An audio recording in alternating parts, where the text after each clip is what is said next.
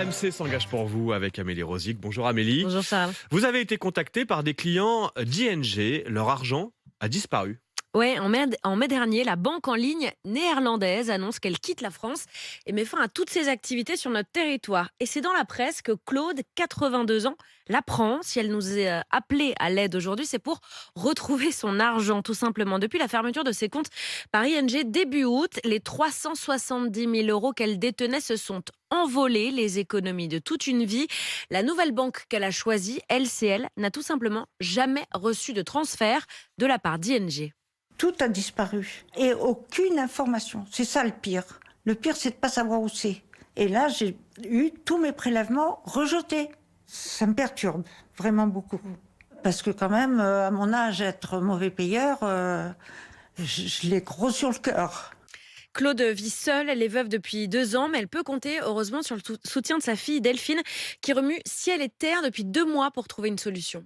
Je vois maman, 82 ans, on ne peut pas faire de choses comme ça. Des personnes de cet âge-là, c'est inhumain même. Mes parents ont toujours été très précautionneux. Ils ne veulent surtout pas être à la charge de leurs enfants.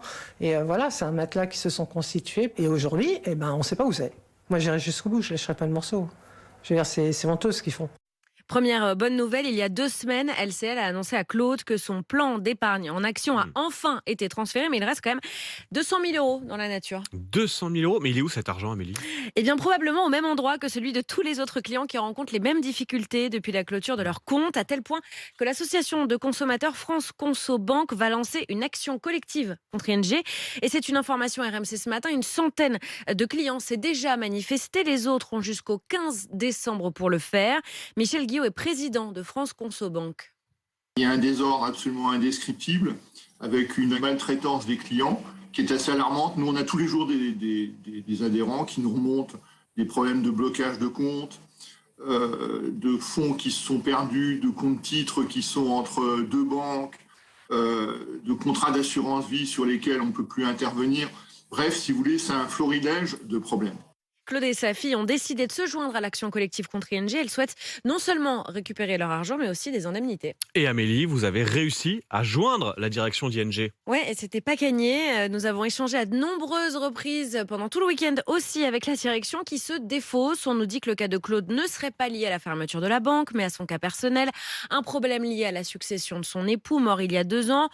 Difficile à vérifier pour nous. La banque se cache derrière le secret bancaire. Quoi qu'il en soit, il a fallu que nous intervenions dans ce dossier pour qu'ING s'y intéresse. À ce stade, la direction de la banque nous assure avoir identifié le blocage et le moyen d'y remédier. En revanche, on n'a pas obtenu de délai quant à la récupération des 200 000 euros et nous continuerons évidemment à suivre ce dossier tant que Claude n'aura pas récupéré son argent.